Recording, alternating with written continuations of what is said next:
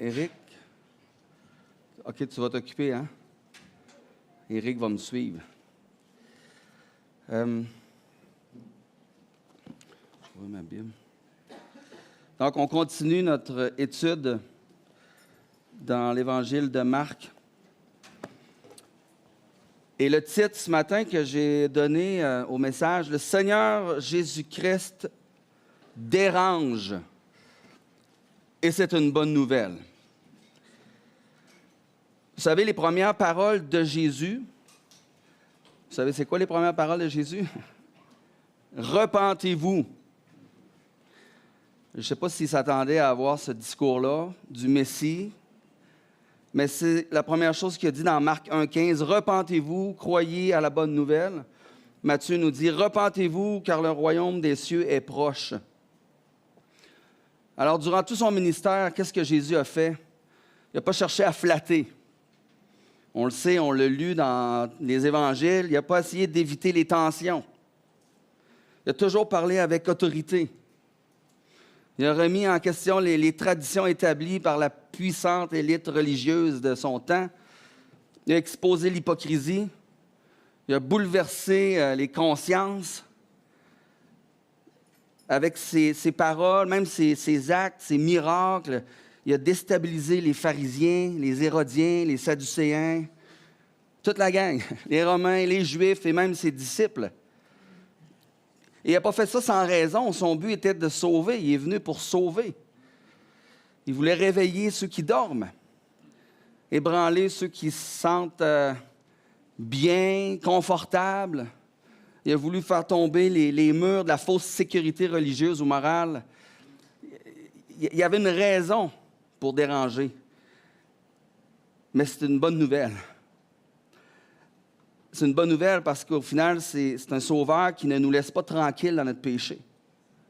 C'est un sauveur qui ne nous laisse pas dans le chemin pour aller vers la perdition. Il nous bouscule parce qu'il veut nous sauver. Puis si on lui appartient déjà, il continue de nous bousculer dans nos vies parce qu'il veut nous sanctifier. Alors moi, je ne sais pas si pour vous, le Seigneur vous bouscule par sa parole, mais moi, je suis souvent bousculé par le Seigneur. Et ce matin, on va voir trois récits.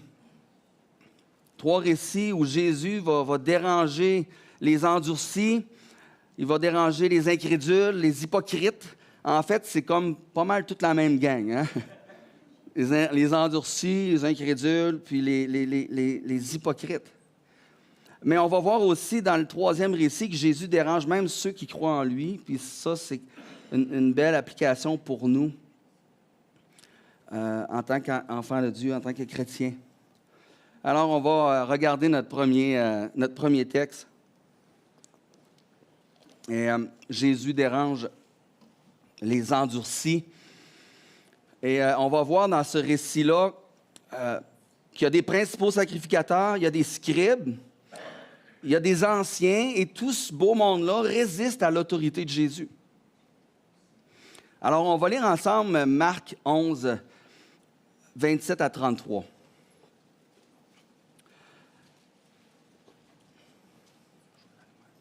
Donc, ils se rendirent de nouveau à Jérusalem, et pendant que Jésus se promenait dans le temple, on a notre gang qui est là. Les principaux sacrificateurs, les scribes et les anciens vinrent à lui et lui dirent, « Par quelle autorité fais-tu ces choses? Et qui t'a donné l'autorité de les faire? » Et Jésus leur répondit, « Je vous adresserai aussi une question.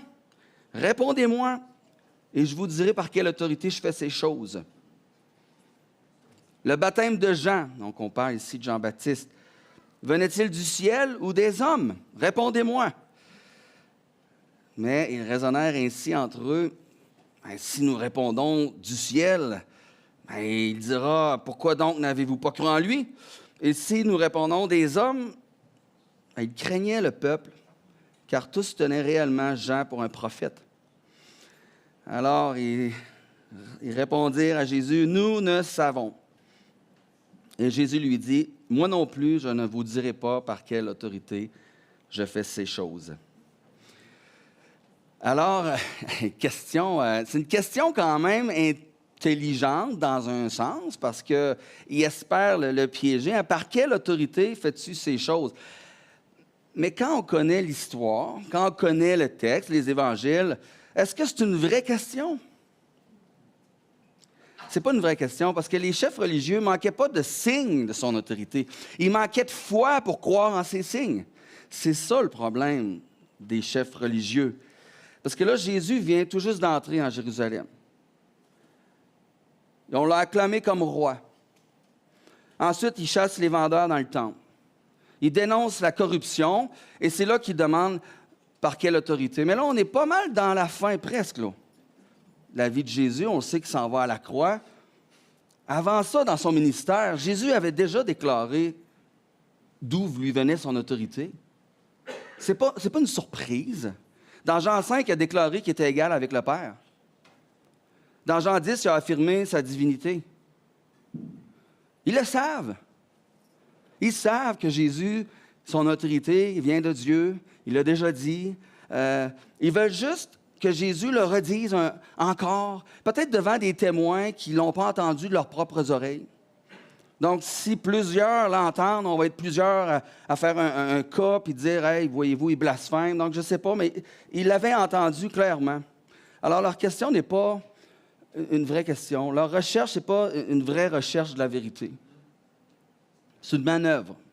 C'est une manœuvre pour l'accuser. Et je trouve ça intéressant parce que Jésus répond avec une question, ce qui est parfait. Jean-Baptiste, il était très populaire. On le sait quand on lit les évangiles. Alors, cette question-là, répondez-moi, vous autres d'abord avant, d'où vient l'autorité de Jean-Baptiste? C'est extrêmement pertinent. Parce que peu importe leur réponse, il était dans le trouble. Puis là, on l'a lu dans le texte. Donc, on ne peut pas dire ça vient de Dieu, parce qu'on va dire pourquoi tu n'as pas cru, puis on ne peut pas dire la foule va. Alors, on va perdre courage, puis on va dire on ne sait pas, on ne le sait pas. Et Jésus ne répond pas non plus. Et il ne faut pas voir ici que Jésus manque de savoir-vivre. Il n'est pas impoli. Il n'est pas en train de fuir une question qui l'embête. Parce qu'on va voir dans notre troisième histoire une autre question qui aurait dû l'embêter, puis il va y répondre. Donc, il répond juste pas, il ne répond pas. Il ne leur donne pas la satisfaction qu'ils veulent. Et je trouvais qu'il y avait deux belles applications à faire avec ce court texte. La première question que j'aimerais qu'on se pose, est-ce que je reconnais l'autorité de Jésus sur ma vie? Parce qu'eux demandent d'où te vient ton autorité. Et nous, on est les premiers en tant que chrétiens à dire que Jésus, son autorité vient de Dieu. Il est Dieu fait homme. Alors, est-ce que je reconnais son autorité dans ma vie? Vous savez, on a tous quelqu'un dans notre vie qui call les shots, qui décide. Soit c'est... la plupart du monde, on est sa propre autorité. Partout dans le monde, chacun est sa propre autorité. Beaucoup de gens vont dire, moi, j'y vais au feeling. Vous avez déjà entendu ça, hein? Je vais comme... les gens regardent ce qui se passe dans le monde. Ils vont choisir, ça oui, ça non, ça non. Donc, c'est eux-mêmes leur propre autorité. Mais si nous, on reconnaît que Jésus est vraiment Dieu fait homme, on doit le laisser avoir l'autorité dans notre vie. Et si, en tant qu'Église, on reconnaît que Jésus est Dieu fait homme, on doit se soumettre complètement à l'autorité des Écritures. On n'est pas parfait personne, mais je vous garantis que notre désir, c'est vraiment de voir qu'est-ce que les Écritures disent. Puis c'est ce qu'on veut obéir. On veut obéir à la parole de Dieu. Donc, c'est bon de se demander à qui je me soumets. Puis ça change beaucoup dans nos vies. Puis la deuxième application que je trouvais intéressante, c'est au niveau de l'évangélisation. On peut imiter Jésus dans sa manière de répondre aux questions. En répondant, nous aussi, par une question. Et là, je vous présente, je fais une petite parenthèse, parce que ça me tente, je trouvais ça intéressant, mais je vous présente la tactique de Colombo. On a fait une soirée pour l'évangélisation ici, un dimanche soir. Puis, désolé, ceux qui étaient là, je vous ai présenté ça, mais je vous ai dit que c'était la tactique du Roadrunner. Mais je me suis trompé. La tactique du Roadrunner, c'est une autre tactique que je vous parlerai un jour. Mais c'est la tactique de Colombo. Vous savez, Colombo, vous connaissez Colombo, tout le monde? C'est un détective, hein? Série télévisée. Puis, il posait beaucoup de questions. On peut même dire que c'était sa marque de commerce. Poser des questions, poser des questions. Puis, tu sais, pour lui, c'est une technique pour déranger les suspects. Parce que plus il pose des questions, plus il pousse les suspects, éventuellement, à se contredire. Ou à révéler peut-être des indices qui ont comme voulu cacher, mais à force de tellement se faire cuisiner, poser des questions, bien là, il révèle des choses. Et je trouve que c'est une tactique qui marche très bien dans l'évangélisation, mais laissez-moi finir mon point, là. Je ne suis pas en train de dire qu'il faut piéger les gens, puis les cuisiner pour les humilier, pour montrer qu'ils avaient tort. Mais l'idée, c'est vraiment... il y a deux idées. L'idée première, c'est de faire réfléchir avec nos questions les gens. Et l'autre idée, c'est de remettre le fardeau de la preuve sur les épaules de l'autre. Parce que vous savez, dans une discussion sur l'Évangile, on parle d'Évangile, on parle de Dieu à quelqu'un à propos du christianisme, de la Bible. Si quelqu'un fait une affirmation contre, bien, c'est à lui de porter le fardeau de la preuve. Ce n'est pas à moi d'y prouver qu'il y a... Non, prouve-moi ce que tu dis. Puis je vous donne l'exemple. Imaginez, vous parlez avec quelqu'un, il ne croit pas en Dieu, puis là, il dit « Ah, la Bible est fausse. » Mais normalement, on deviendrait peut-être stressé, puis là, faut que j'y prouve que la Bible est vraie, puis là, qu'est-ce que je vais lui dire? La Bible est fausse. Pourquoi tu dis que la Bible est fausse? Voyez-vous, on pose la question. Et là, peut-être la personne va dire, ben, ça a été écrit par des hommes. Ben, c'est vrai. Alors moi, je vais dire, ben, c'est vrai, je suis d'accord avec toi, ça a été écrit par des hommes. Mais pourquoi l'idée qu'à cause qu'elle a été écrite par des hommes, elle est fausse? C'est quoi le lien? Puis là, il pourrait vous dire quelque chose comme suit, que j'ai souvent entendu. Ben, c'est des hommes qui l'ont écrit, ils ont fait des erreurs, puis elle a été falsifiée avec le temps. Vous connaissez le jeu du téléphone?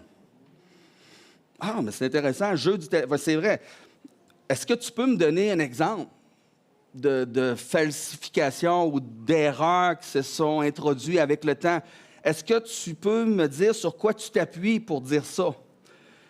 Puis honnêtement, si quelqu'un vous répond à cette question-là, bien, dites-vous que c'est probablement pas vrai parce qu'il n'y a pas de falsification.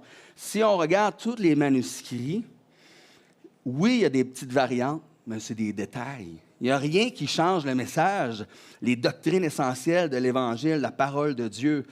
Alors, voyez-vous qu'en posant des questions, à un moment donné, la personne ne pourra pas vous fournir de preuves, parce qu'il n'y a pas de preuves qui démontrent que la Bible a été modifiée avec les années, avec le temps. Vous savez, vous n'avez pas besoin d'un doctorat pour pouvoir répondre ça.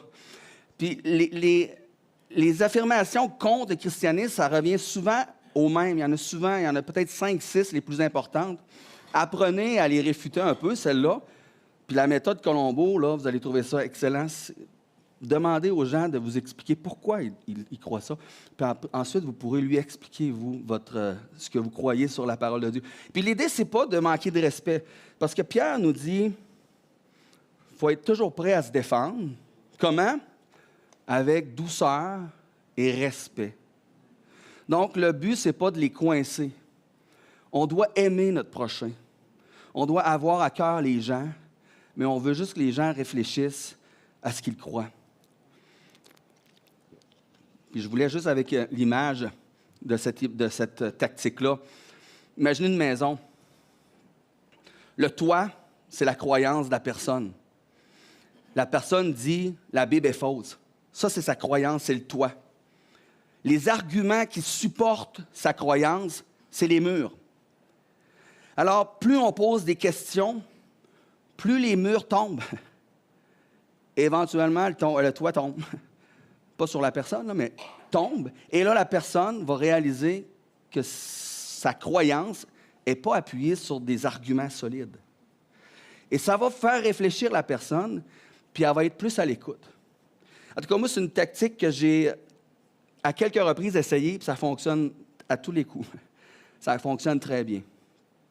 Donc, on transitionne maintenant avec notre deuxième histoire. On parle d'un cœur endurci dans notre première histoire, un cœur qui résiste, mais en réalité, c'est des cœurs incrédules quand on s'arrête, puis on regarde vraiment. Parce que là, Jésus va les déranger avec une parabole pour leur montrer qu'ils ne font pas que résister à ses paroles, mais ils sont incrédules. Ils le rejettent. Et on va voir ça dans Marc 12. On va regarder versets 1 à 12 ensemble.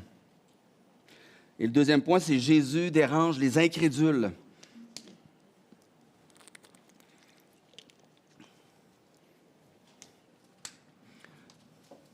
Jésus se mit ensuite à leur parler en parabole.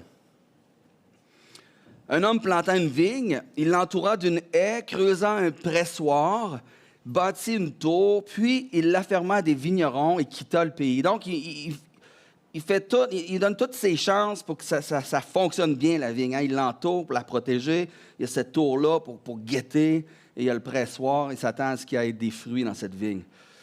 Verset 2, au temps de la récolte, il envoya un serviteur vers les vignerons pour recevoir d'eux une part du produit de la vigne. S'étant saisi de lui, ils le battirent et le renvoyèrent à vide. Il envoya de nouveau vers eux un autre serviteur. Ils le frappèrent à la tête, ils l'outragèrent. Il en envoya un troisième qu'ils tuèrent. Puis plusieurs autres qu'ils battirent ou tuèrent. Il avait encore un fils bien-aimé. Il l'envoya vers eux, le dernier, en disant « Ah, ils auront du respect pour mon fils. » Mais ces vignerons dirent entre eux « Voici l'héritier, venez, tuons-le, et l'héritage sera à nous. » Et ils se saisirent de lui, le tuèrent, et le jetèrent hors de la vigne. Maintenant, que fera le maître de la vigne? Il viendra, il fera périr les vignerons, et il donnera la vigne à d'autres. Alors, on va arrêter là. Je vais continuer un peu plus tard la suite. Mais voyez-vous l'intensité de la violence dans l'histoire? Là, c'est une parabole, mais c'est toujours plus. Premièrement, ils battent le premier, puis ils le retournent à vide, les mains vides. Ensuite, le deuxième, ils le frappent à la tête. Commotion. Hein? Puis ils l'outragent. Le troisième, ils le tuent. Donc, il y a vraiment... On escalade, là. Puis là, les suivants, bien, ils les battent, et ils les tuent. Puis finalement, ils tuent le fils bien-aimé du maître. Et là, ils disent, « Hey, tuons-le, l'héritage sera à nous. » Mais là, je me suis posé la question, mais pourquoi ils pensent qu'ils sont-tu, je me dis, sont-tu stupides ou insensés, clairement? Oui, mais on tue le fils, puis après, on va dire au père, « Bien là, t'as plus de fils, hein? » Fait que c'est à nous l'héritage. Mais j'ai trouvé intéressant que d'après, il y a une loi dans le Talmud qu'on retrouve qui dit que quand une terre n'était pas réclamée pendant 3 ans, elle devenait la propriété automatiquement à ceux qui l'entretenaient. Bon, est-ce qu'ils ont cette idée-là quelque part en tuant, puis avec le temps, que finalement la terre va leur revenir? Peut-être. Peut-être qu'ils espéraient hériter de cette manière-là, je ne le sais pas. Mais mettons-nous dans la peau du maître.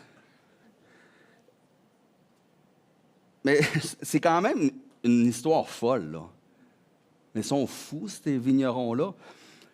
Ils blessent le monde, ils les tuent. Tu sais, j'imagine un appartement, puis le propriétaire, il envoie quelqu'un pour chercher le loyer, puis il se fait battre, puis il en envoie un autre, il se fait tuer. Ouais, ça n'a aucun sens, ça ferait les journaux. Puis, écoute...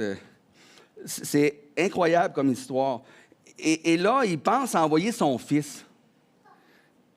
Auriez-vous envoyé votre fils? En tout cas, moi, j'ai juste des filles. Mais je les aurais jamais envoyées. Voyons donc. Puis, bon, le maître de la parabole, il dit, je ne sais pas si naïvement, ils auront du respect pour mon fils. Normalement, il aurait dû avoir du respect pour le fils. Puis si on fait le lien avec Israël, Dieu qui envoie, normalement, oui, ils ont mis les prophètes, ça a joué dur, mais il aurait dû avoir un respect pour le fils.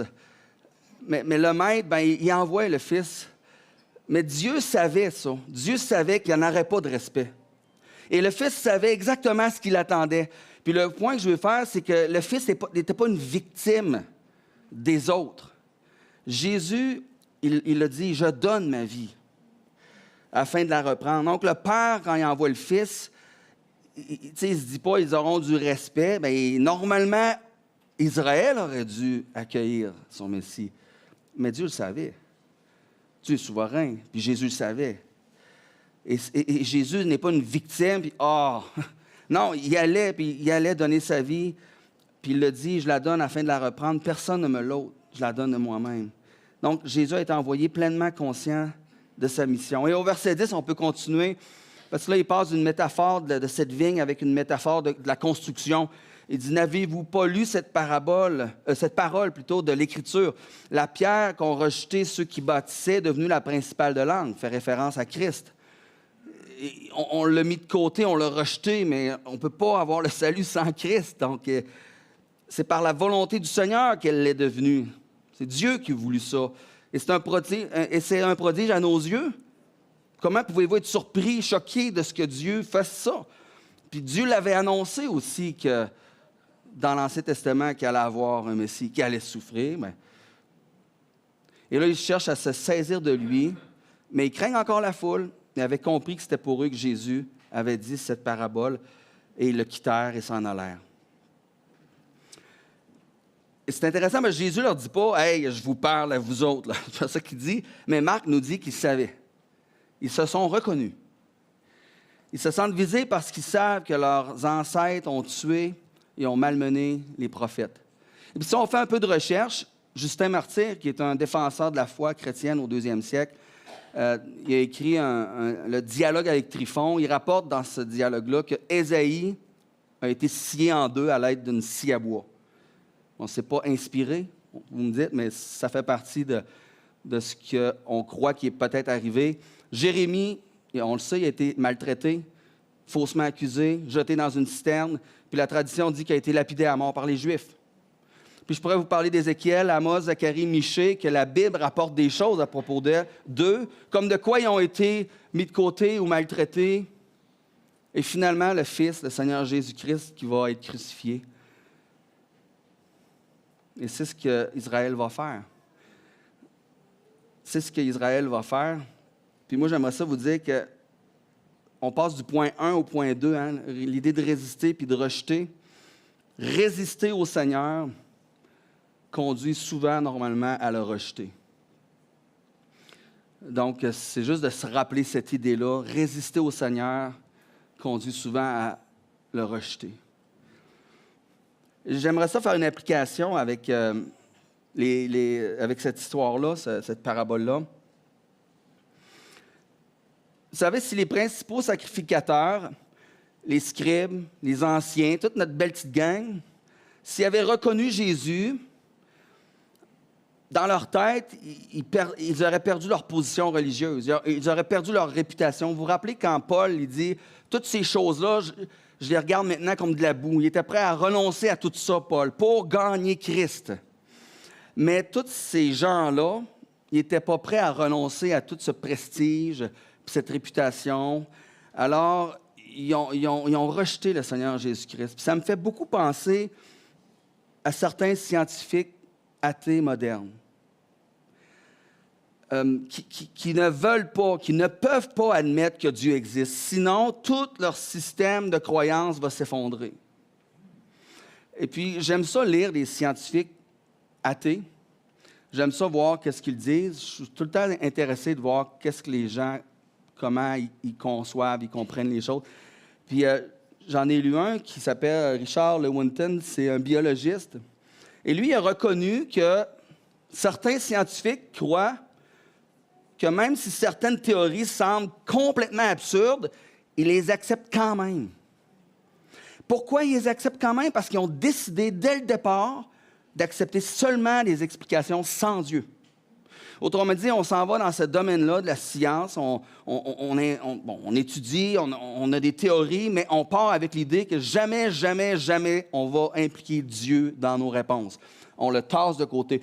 Donc, on arrive avec une théorie qui ne tient peut-être pas de bout, qui a de l'air absurde, mais on l'accepte quand même parce que jamais on va vouloir insérer Dieu dans nos équations. Puis regardez ce qu'il dit. Ça m'a quand même fasciné quand j'ai lu ça. Il dit, le matérialisme, donc l'idée que seule la matière existe. Dieu n'existe pas. C'est juste la matière, la planète. Le matérialisme est absolu. Autrement dit, c'est une règle fixe. Il y a juste ça. Le matérialisme est absolu. Pourquoi? Car nous ne pouvons pas permettre un pied divin dans la porte. C'est intéressant. Le matérialisme est absolu, c'est ça. Pourquoi on ne peut pas se permettre un pied divin dans la porte? Même si parfois il y a des choses, parce qu'ils sont émerveillés par les mêmes choses que nous, l'ADN, puis l'ajustement parfait de la Terre, puis une chance sur je ne sais pas combien de trillions que ça arrive de même. Non, Dieu, non, on oublie ça. On invente d'autres choses, on trouve des théories, mais on tasse Dieu. On ne veut pas insérer Dieu dans nos équations. En tout cas, j'ai trouvé ça intéressant, puis je trouve tellement que ça me fait tellement penser à Romains 1,18. Hein? La colère de Dieu, nous dit Romains 18, se révèle du ciel contre toute impiété et toute injustice des hommes qui retiennent injustement la vérité captive. Tu sais, en anglais, je pense que c'est repress. C'est comme on veut pas que la vérité sorte. On met nos deux pieds dessus. Non, on veut la retenir captive. Ceux qui ne croient pas en Dieu vont passer leur vie à essayer d'étouffer la vérité qui est là en eux. Parce que la vérité, ils la voient de leurs yeux avec la création. Dieu a mis la pensée de l'éternité dans nos cœurs. Donc, tout le monde, à quelque part, croit en Dieu, même les athées. Il y a la pensée de l'éternité dans notre cœur, donc ça va toujours ressurgir. Alors, quelqu'un qui veut vraiment tasser Dieu, il faut qu'à chaque jour de sa vie, il dise non à la beauté de la nature, à la naissance d'un enfant, puis à tout ce qui nous émerveille, que nous, on dit « Wow, Dieu, t'es grand ». Bien, eux, à chaque fois qu'ils sont émerveillés, il doit avoir une lutte pour dire « Non, Dieu, tasse-toi, non, Dieu, tasse-toi ». Résister à Dieu, c'est comme aller à la pêche sur un lac avec une chaloupe pleine de trous. Et là, tu vas pour pêcher, mais tu ne peux pas pêcher, tu ne peux pas regarder la nature parce que tu passes ta journée à vider l'eau, puis à vider l'eau, puis à vider l'eau, puis elle rentre tout le temps. On ne peut pas, ça va toujours être une lutte. On ne pourra jamais, jamais taire notre conscience que Dieu existe. Il y en a qui sont endurcis, qui sont rendus à un point où mais on ne pourra jamais, ça va être un effort fatigant qui est voué à l'échec parce qu'on ne pourra jamais supprimer la pensée de l'éternité qui est en nous. Et moi, je ne vous connais pas tous ce matin, bien beaucoup, mais il y a tellement de nouvelles personnes qui viennent des fois que... Puis ceux qui nous écoutent aussi en ligne. Puis peut-être que certains résistent à Dieu ou à l'Évangile. Peut-être que vous avez l'impression que vous allez perdre beaucoup. J'ai souvent entendu des gens, sans le dire, que je voyais qui résistaient parce qu'ils avaient l'impression qu'ils allaient perdre beaucoup. Eh bien, je vous le dis, c'est pas juste une impression. Vous pouvez perdre beaucoup. Vous allez perdre des choses. Le Seigneur a dit qu'on doit être prêt à tout perdre pour lui, pour le suivre. Même notre vie. Mais ce qu'il y a en retour pour nous, c'est tellement au-delà, plus grand de tout ce qu'on va perdre. Vous pouvez perdre des biens, vous pouvez perdre votre maison, vous pouvez perdre plein de choses, mais le Seigneur va vous donner le pardon de vos péchés. Vous pouvez perdre un bien-aimé, des amis, mais vous allez avoir la paix avec Dieu à cause de Christ qui est mort pour vous à la croix. Vous pouvez perdre votre vie, mais vous allez avoir la vie éternelle. Alors moi, je vous encourage, si vous êtes à l'étape de résister ou de... Bien, dites oui au Seigneur, embrassez le Seigneur, venez à Christ. Donnez, puis même si vous pensez perdre, bien, dites Seigneur, je vais regarder ça comme de la boue, je suis prêt à perdre tout pour gagner Christ et la vie éternelle.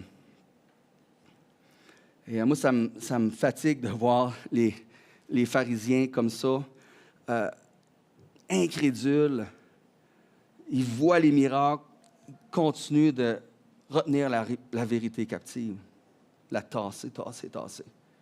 Alors Jésus dérange les endurcis, Jésus dérange les incrédules. Troisième point, Jésus dérange les hypocrites. Regardez verset 13. Ils envoyèrent auprès de Jésus quelques-uns des pharisiens et des hérodiens, afin de le surprendre par ses propres paroles. Ils vinrent lui dire, Maître, Maître, il l'appelle Maître. Mais voyons, il l'appelle Maître. Un maître, c'est quelqu'un que tu veux suivre. Ils ne veulent pas le suivre, ils veulent le tuer, ils veulent le discréditer, mais ils l'appellent Maître. Vous ne pouvez pas être plus drôle que ça. Mais oui, ils peuvent. Regardez la suite. Nous savons que tu es vrai. Mais voyons donc, nous savons que tu es vrai. Tu sais, c'est le champion de l'hypocrisie, là. C'est intense quand même, quand on voit c'est qui parle. C'est des pharisiens. Ils ne croient pas en Jésus, ils le rejettent, ils ne veulent rien savoir. Nous savons que tu es vrai et que tu t'inquiètes de personne, car tu ne regardes pas l'apparence des hommes. Autrement dit, tu prêches la vérité, puis même si les autres ne sont pas d'accord, tu vas continuer de prêcher la vérité. Tu te tiens. Et, regardez la suite, la petite cerise sur le tas. Et tu enseignes la voie de Dieu selon la vérité. Comme c'est beau. Mais c'est les pharisiens qui disent ça. Et moi, ça me fait penser à des enfants. Tous ceux qui ont eu des enfants, vous allez vous rappeler de ça. Hein? Les enfants qui viennent, qui sont tous gentils. Puis là, ils sont tous faits, puis là, ils ont fait la vaisselle, ou je ne sais pas quoi, puis là, parce qu'ils veulent une petite surprise ou ils ont quelque chose à demander. Puis le pire, c'est qu'ils pensent qu'on s'en rend pas compte. C'est vrai, ils sont comme... Mais nous, on voit le jeu, on voit, c'est clair. Puis je ne sais pas s'ils savent, s'ils se rendent compte, mais c'est évident qu'ils ne croient pas en Jésus et qu'ils essaient de le flatter. Et là, ils vont poser leur question, est-il permis ou non de payer le tribut à César? Devons-nous payer ou ne pas payer? Et là, ça dit, Jésus connaissait leur hypocrisie. Mais moi, je pense que tout le monde autour, même les disciples, devaient voir cette hypocrisie-là aussi. Et là, il répond, pourquoi me tentez-vous? Apportez-moi un denier afin que je le voie. Donc, vous voyez, ils sont de très mauvais acteurs, parce que je pense que tout le monde voit leur hypocrisie, mais c'est une excellente question. Parce que peu importe la réponse, ça peut nuire à Jésus, là. Parce que si Jésus dit de payer le tribut de César, ça peut le discréditer auprès du peuple. Et les gens peuvent penser qu'il est de mèche avec le peuple. Puis là, Jésus, ce n'est pas encore nécessairement le temps. Lui, tout est planifié, le Seigneur. Puis s'il dit de ne pas payer, il peut se mettre à dos les Romains, il peut être accusé de rébellion. Donc, il y a toutes sortes de choses. Donc, c'est comme, mais c'est Jésus. La réponse va non seulement fermer le clapet aux pharisiens, hypocrites, mais c'est une réponse qui va aussi déranger tous ceux qui croient en lui. Puis je vais aller au 4e point. Verset 16. Ils en apportèrent un denier, et Jésus leur demanda, de qui porte-t-il l'effigie et l'inscription? De César, lui répondirent-ils. Alors il leur dit, rendez à César ce qui est à César, et à Dieu ce qui est à Dieu. Et ils furent à son égard dans l'étonnement. C'est une réponse simple, mais extrêmement profonde. Redonne le denier à César, car il porte son image, et redonne ta vie à Dieu, car elle porte son image. L'image de Dieu. Le denier a l'image de César, mais nous, on porte l'image de Dieu. Le métal retourne à l'empereur, mais ta vie retourne à ton Créateur. Et si on peut faire une application pour nous facilement, vous savez, le gouvernement exige qu'on lui donne une partie de ce qu'on gagne, une partie de notre salaire, et on est imposé, différent. On n'a pas le même pourcentage d'imposition selon nos revenus. Alors, quelqu'un qui gagne un très gros salaire peut être imposé jusqu'à plus ou moins 50 %. Et on trouve tous qu'on paye trop cher. Si on faisait un sondage, d'après moi, 100 % des Québécois diraient « c'est trop cher d'impôts payés », j'imagine. Mais on paye toute la totalité, hein? On paye tout. Il y en a-t-il qui ne payent pas? On paye toute la totalité. J'en ai connu un qui ne payait pas, hein? Puis, il n'y avait rien chez eux. Il m'avait dit, bon, qu'ils viennent me chercher, j'ai rien. Mais normalement, on paye tout. On paye tout ce qui nous est exigé. Si je reviens à l'image de Dieu, nous sommes tous créés à l'image de Dieu. Puis même si cette image-là a été corrompue à cause du péché qui l'a souillé, on porte toujours son image. Même là, ça ne veut pas dire qu'on lui appartient tous automatiquement parce qu'on est à l'image de Dieu. Il faut quand même venir à lui, il faut naître de nouveau, il faut devenir son enfant. Et quand on devient son enfant, bien, on doit et on veut refléter son image le plus fidèlement possible. On est des ambassadeurs. Et Dieu n'exige pas 30 % ou 50 %. Dieu exige 100 %. Alors, si on trouve que c'est cher payer 30 ou 40 ou 50 %, bien, c'est 100 % avec Dieu, puis pas avec notre argent, mais avec tout. Il veut tout de nous. Et moi, ça me dérange, ce genre de texte-là. Est-ce qu'on lui donne la totalité de ce qu'il exige? Vous connaissez le beau verset Romains 12:1, « Je vous exhorte donc, frères, par les compassions de Dieu, à offrir vos corps comme un sacrifice vivant, saint, agréable à Dieu, ce qui sera de votre part un culte logique, raisonnable, c'est logique. C'est juste logique de se donner à Dieu. C'est l'offrande suprême du croyant qu'on est appelé à faire, offrir notre corps. On devrait tous avoir ce désir-là, mais malheureusement, c'est un désir qui est difficile à transformer en action. Et on le chante, hein? Puis moi, à chaque fois qu'on chante le chant « Oui, prends tout Seigneur », je me rappelle toujours de ça. Puis n'arrêtons pas de le chanter. On veut qu'il prenne tout, on veut lui donner tout, mais il faut être honnête et dire que, Seigneur, je ne suis pas capable vraiment de toujours tout te donner. C'est pas de se battre et de se flageoler, mais c'est de réaliser notre faiblesse. Oui, prends tout, Seigneur, mais on réalise qu'on a de la difficulté. Viens nous aider. Puis il ne faut pas tomber dans l'hypocrisie de chanter les bras dans les airs, puis que finalement, là, dans notre secret à nous, on est hypocrite, puis on donne absolument rien au Seigneur, mais on laisse croire aux autres comme qu'on donne tout. Il ne faut pas être hypocrite, il faut être réaliste. Alors, c'est quelque chose qu'on est appelé à faire, donner notre vie au Seigneur, mais on le sait que ce n'est pas quelque chose qu'on est capable de faire entièrement. C'est pour ça qu'on a besoin de sa grâce, c'est pour ça qu'on a besoin de son aide. Et je conclus avec les 2 minutes qui restent. Si vous n'appartenez pas ce matin au Seigneur et que vous êtes dérangé par les choses que vous entendez, ne vous en faites pas, c'est une bonne nouvelle. C'est une bonne nouvelle parce que le Seigneur ne cherche pas à flatter. Il cherche à vous sauver. S'il vous dérange, c'est une grâce. Voyez-le vraiment comme une grâce parce qu'il veut vous réveiller. Puis il le fait par amour. Il veut exposer le péché. Il veut briser l'orgueil. Il veut sauver votre âme. C'est pour ça qu'il nous dérange. Alors, résistez pas comme les pharisiens. Résistez pas comme ceux qui s'occupaient de la vigne. Dites oui au Seigneur. Venez à lui. Puis si vous êtes déjà un croyant engagé, que vous êtes dérangé avec cette idée-là, que Jésus veut 100% de nous, eh bien, c'est aussi une bonne nouvelle. Laissons-nous être dérangés par ces paroles-là. Parce que si on lui donne plus de nous, ça veut dire qu'on aura plus de lui. C'est ça qu'on a besoin. Plus du Seigneur. Pour qu'il nous aide à donner encore plus. Et pour qu'on aille plus encore. Jusqu'à temps qu'on soit un jour dans sa présence, à sa ressemblance. Ça s'en vient, frères et sœurs. On prie ensemble. Seigneur, merci pour ta parole, ces histoires qui nous rappellent comment tu étais une personne, Seigneur, qui dérangeait, qui disait les vraies choses.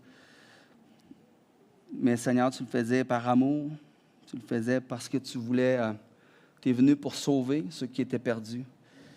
Et Seigneur, on veut répondre à ta parole, on veut vivre pour toi, marcher pour toi, puis on veut que tu nous aides à donner à Dieu ce qui est à Dieu.